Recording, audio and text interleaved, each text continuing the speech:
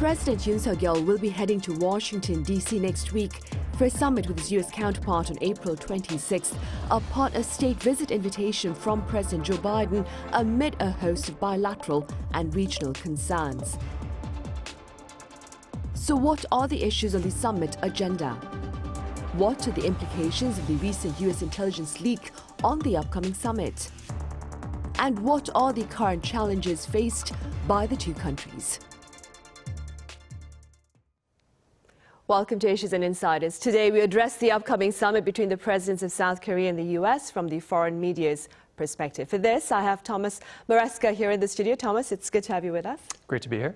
I also have Sebastien Falletti with us. Sebastien, it's great to have you with us as well. Thank you very much for the invitation. Right. Thomas, let's begin with some of the security issues that look to top the talks between the two presidents next week. I expect we can expect to see North Korea on that list. Yeah, I think that's probably a safe assumption. Yeah, I mean, the Yoon and Biden administrations have been closely aligned in a lot of ways, in terms of military cooperation. So, I don't think they're coming from wildly divergent viewpoints. I think maybe from the South Korean perspective, an issue that has been kind of hanging there is this question of extended deterrence and, reassurances about the American nuclear umbrella. And, I think in light of the types of missile tests that North Korea has been conducting, I mean, those are issues that are becoming maybe a little more salient, just in terms of, the types of weaponry that the North is developing, maybe makes, deterrence or preemptive strikes more difficult. So, these are sort of questions that, I don't know what will come out of it. I doubt they'll suddenly be bringing nuclear weapons here to Korea, but there are questions about maybe the South having greater nuclear, involvement in nuclear intelligence decision making, and maybe even in the future something like a NATO-style security sharing arrangement. So I think that's one area. One thing that the defense official Kim Tae-hyo, who was just recently there, mentioned that they plan to discuss really enhancing an intelligence sharing pact, and mentioning maybe bringing other countries into it, which people have taken to mean Japan, which would sort of be a fairly significant step as well. Yeah, and from the U.S. side, I'm sure we'll get into this more as well, but the U.S. has been pushing for South Korea to do more direct military aid to Ukraine, and China is kind of hovering over all of this as well. So there are quite a few issues to discuss. Right, they are. And Sebastien, as Thomas mentioned, North Korea last week, it test launched a new solid fuel Hwasong 18 intercontinental ballistic missile. Could you tell us a bit more about this particular weapon and its implications? Well, of course, North Korea has always an acute sense of timing. They know what they were doing. It was also on a very special occasion in North Korea around the anniversary of the birth of the founder of the regime, Kim Il-sung. And of course that launch of a new ICBM, yet another one, was expected by analysts, but it is a very meaningful one because of course it's ICBM, so in theory it could hit the American territory. But more importantly, this time the North Korean regime claimed that this is a solid fuel based missile. Of course, we don't have a way to confirm that 100%, but clearly they have been working on this for a long time, and this is important in technical terms, because it means that you can basically fire this missile at a much short notice, and it means that for the US, for South Korea, it's harder to detect. So this is important because this is part of the bigger picture, which is North Korea, Kim Jong-un drive to build up his nuclear arsenal. He said that he wanted to increase it exponentially, and basically the idea is to make a full arsenal that not only in quantity but quality have very different type of missile. We saw the test launch from submarines. They're using a cruise missile. So the whole idea is that it will be harder for the US to detect, and so the idea is to eventually make the US vulnerable, or at least have second thought before hitting North Korea in a potential conflict. So it's so this Hwasong 18 is just one brick into this bigger wall that the North Korean leader is building up at the moment. Right, and hence the talks will include North Korea's such military as well as nuclear ambitions, of course. Meanwhile, Thomas, does the recent disclosure of U.S. intelligence, especially military documents that is detailing the warfare in Ukraine, look to perhaps affect any potential future aid from South Korea to Ukraine that Korea may have been thinking about? You know, that's going to be an interesting kind of subplot, I think, throughout this entire state visit. In terms, you know, clearly, I think it puts the issue more out on the table in terms of you know, what the U.S. has been hoping for and what the South Koreans have been, you know, grappling with internally, assuming that all, you know, this information is reliable. So, you know, I could see it having an impact in either direction. I mean, on the one hand, you might say now South Korea is in a position to, you know, with the sort of the leak of this information to not appear that they're, you know, so quick to, you know, kind of fall into line and do what the U.S. is hoping for. You know, at the same time, you know, they might have an argument to say, okay, now, you know, it's all out there, so it's worth discussing. I mean, already, I think last week, the Donga Ilbo here reported that the South was going to ship 500,000, you know, 155 millimeter shells to the U.S. in a kind of a lending agreement, which is, you know, one way of sort of skirting the issue in terms of, you know, not supplying it directly to the Ukraine, but it would allow the U.S. to you know, ship more of its own to the Ukraine, but also it's not even selling, it's just a lending agreement. So, you know, that's there on the table. You know, and I think it's also, recently the Polish Prime Minister was just in Washington and really explicitly mentioned that, you know, Ukraine does need Seoul, you know, does really need ammunition and wants, you know, South Korea to step up, but the South needs more assurance from the U.S., like much more concrete assurance, because, you know, the concern here is obviously China and Russia. How are they going to react if the U.S.? So, you know, maybe the stakes are a little more clear in how that plays out. Right. Sebastien, pundits believe that the recent U.S. intelligence leak looks to complicate next week's summit between President Yoon Suk Yeol and his U.S. counterpart Joe Biden. Do you agree? Well, it's just one other layer in a very complicated situation. I mean, we are in a quite paradoxical situation at the moment between US and South Korea, because actually the alliance on the surface is going very well, because we have currently an administration in Seoul that is very much leaning toward the US, that want to strengthen the relationship with Washington. So that's made it very fluid in one way. But behind the scene, we know that it's much more complicated than that, because, as we mentioned just before, there is this North Korean military buildup. And basically, it seems like the US and South Korea don't exactly assess the level of the threat in the same way. So the US, I mean, still believe that they have the capability to deter North Korea from going further into a conflict. Meanwhile, we have the Seoul administration so that it wants more reassurance from the US that they will be there in case of a conflict, and they want to see tangible efforts. So one of the objective of this trip for President Yoon is to gain from the US some tangible commitment to the so-called extended deterrence that has been discussed between the leader when Joe Biden visited South Korea last year. But clearly, Seoul is not completely convinced. That's why even the President Yoon mentioned the possibility in the long term of having a South Korean nuclear bomb, which was kind of a veiled threat, both to Pyongyang but also to Washington, saying, like, if you don't raise your game, we have to open the window to a lot of different scenarios. So behind the scene, there is a lot of discussion. So this leak doesn't help because there's always some trust issue, and this is one thing the leader didn't want to add to the table. Right. And staying with this U.S. intelligence leak, Thomas, do you suppose this, I'm going to call it a fiasco for a lack of better word, but do you suppose this particular fiasco provides the Yoon administration with a kind of leverage of sorts going into talks with the Biden administration? I only ask because there was speculation here on the local front that this being a state visit with the invitation from President Joe Biden might lead to certain requests of concessions from the Yoon administration's part. What are your thoughts?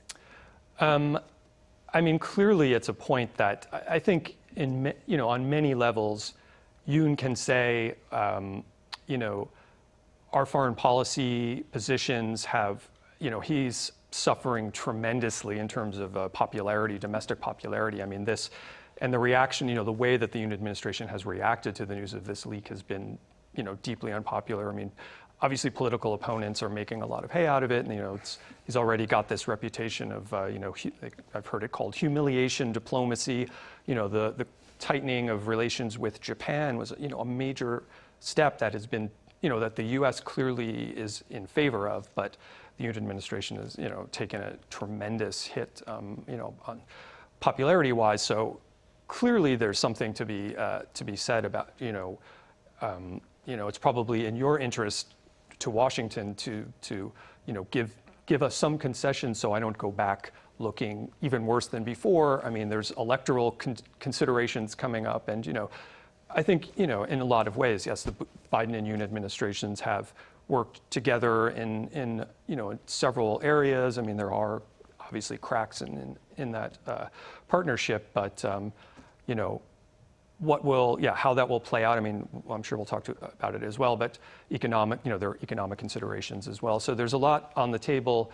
I think it's a salient point to bring up that there's, the Yoon administration is taking a hit for some of this stuff. So how Washington responds, we'll see. Right, and moving forward, Sebastien, French President Emmanuel Macron was the first foreign leader to be extended this diplomatic honor of a state visit by the Biden administration. What dominated talks back then?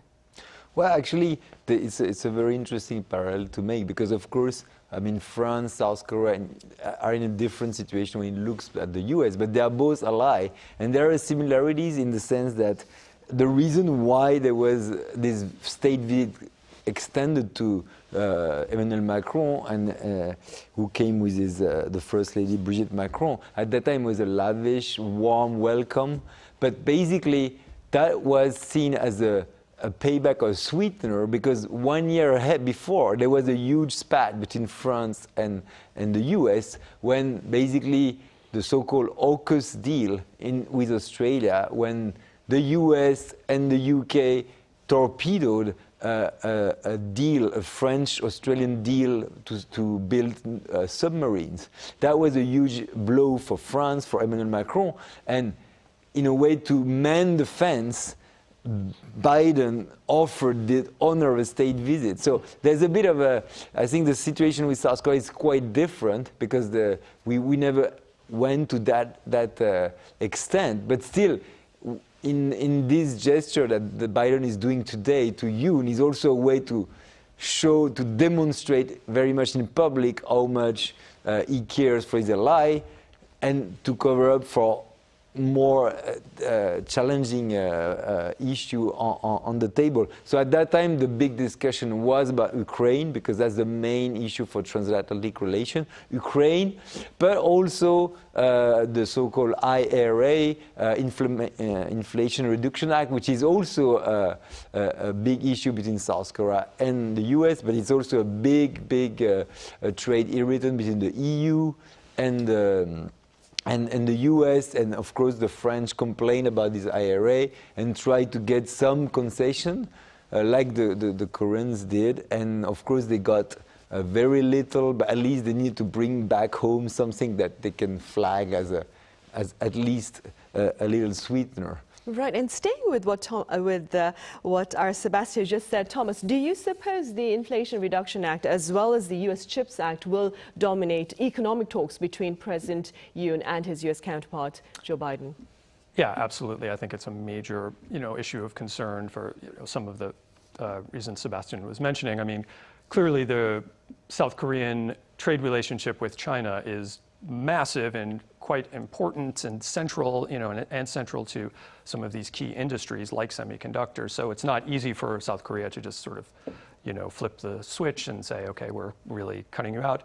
I think, the things that seem to be coming up are kind of issues of clarity, and there's still certain things that are not defined about the IRA or the CHIPS Act. I mean, one thing that Samsung and SK Hynix have brought up in terms of opening more plants in the U.S., which would be, the CHIPS Act would give subsidies to companies that want to do that, but they're saying there's a lot of strings attached. There are a lot of information sharing requirements and other, financial and technical information sharing. So they've expressed some hesitancy about that, about wanting to apply for that. So that could be an issue on the table. I mean, I think with the IRA, there are, it's still areas that are unclear about, the future of it, like the provisions about how much, what percentage, of components can be used in batteries in 2024 and then raw materials in 2025. And, that's also causing confusion among Korean companies. Some of them have, partnerships with Chinese firms, even based here, but it's like, what is the percentage of the ownership? So I think there's a lot of ambiguity, and I don't think that, it's necessarily been worked out on the U.S. side either. So I think those are some questions that will be addressed. I mean, one thing I read recently that seems like it could be a point of cooperation is South Korea has been really pushing to expand its nuclear power development and its plants in other countries. And in some ways, like there's a lawsuit between Westinghouse and KEPCO and one of the other Korean KHNA, is it, or KNHA? And so, that has prevented Korea from bidding in some markets like Czech Republic and Poland. So that, I think, could be an issue that Korea could benefit from the IRA's clean energy provisions and, nuclear, developing nuclear plants around the world is a plank of the Yoon administration's, future energy goals. So that could be a topic. Right, and talking about clean energy provisions as mentioned by Thomas, Sebastien, could you tell us a bit about the European Union's CHIPS Act and its purpose? Well, the CHIPS Act, of course, it's a way for it's a way for the EU to play catch up on this critical strategic technological field, the semiconductor, especially the most advanced one. I mean, it's kind of a wake-up call for the EU because we have seen the US move very much aggressively in this field, trying to build an alliance with key producer in Asia, namely Taiwan, South Korea, Japan. And of course, the EU has been realizing that they need also to secure supply chain in the face of growing geopolitical risk. So the European Commission has been trying to build up a European response. But of course, the EU is always facing this challenge compared to the US. It's not a centralized state. Each member state wants to have its share. So the objective of this act is to so-called double the market share of the EU in semiconductor. It's currently around 10% of the supply of the market, and they want to go to 20% by 2030. So they are starting from already a very low level and trying to at least build up. But the big challenge is that how do you get the most advanced chip? We know that the most advanced chips are made by TSMC in Taiwan and Samsung here in South Korea. And the US has been managed to bring those two big companies to open plant, even with a lot of money, a lot of political pressure. But the EU has not so far been successful at that. So when it comes to the most advanced chip, the EU is still behind, even though they have some key companies like Dutch company ASML who provides the machinery that those companies need. So the EU has still, on some sectors, still a key leverage, but the overall bigger picture is that they are still behind, and the response is still quite fragmented between each member state trying to attract factories. So on paper, at least, it's the determination to catch up in this strategic field, but there's a long way to go. Right, and talking about there being a long way to go, Thomas, as a journalist who's been covering global matters for quite a while now, how do you assess the current state of geopolitical developments, including Russia's invasion of Ukraine, China's threat over Taiwan, and of course North Korea's nuclear ambitions? Well, you just said it. That's a lot going on. I think on the one hand, you don't want to be overly alarmist and necessarily react to every single thing, but at the same time, you can't ignore that there's big things going on, and we haven't really seen this kind of geopolitical great power kind of positioning, since the Cold War. But the stakes are sort of different now. I mean, just mentioning all the integration economically with China just lends, such another complicating factor to it. But I think it's a more fraught environment than I can recall ever really seeing. I mean, I was just in Taiwan recently. I think, Sebastien, you were there as well recently. And, people are really, have a real sense that a Chinese invasion may be taking place, in the foreseeable future. I went to a civil defense training course where people are learning what to do in the event of a Chinese invasion. I mean, you hear Taiwanese fighter jets, taking off overhead to respond to, Chinese planes coming into the region. So, I mean, there's a sense of potential reality that I don't think was there, even a couple of years ago. Obviously, the Russian invasion of the Ukraine really, opened people's eyes to the possibilities that, even though most people didn't think it was going to happen, but and there's reasons it shouldn't have happened, but these things are, hard to predict, and there's just a lot of, balls in the air. And I mean, the more North Korea fires missiles, the more, there's all this positioning in the South China Sea, Taiwan Strait. I mean, there's the potential for an accident. I mean, it's a really, the temperature is really quite high now. There's no way to avoid it. With, you can mention cybersecurity issues and climate issues. I mean, there's a lot going on that, it's hard to. Not to say that things are hopeless, but there's a lot of challenges. It's a tough period right now, I'm sure. And I'm sure President Yoon and President Biden have a lot on their plate to discuss when they meet next week. In the meantime, though, Thomas, as always, thank you very much for your time and your thoughts. And Sebastien, thank you very much for your insights today. Thank you very much. Right, well, on that note, we end Monday's edition of Issues and Insiders. Thank you for watching. See you same time on Tuesday.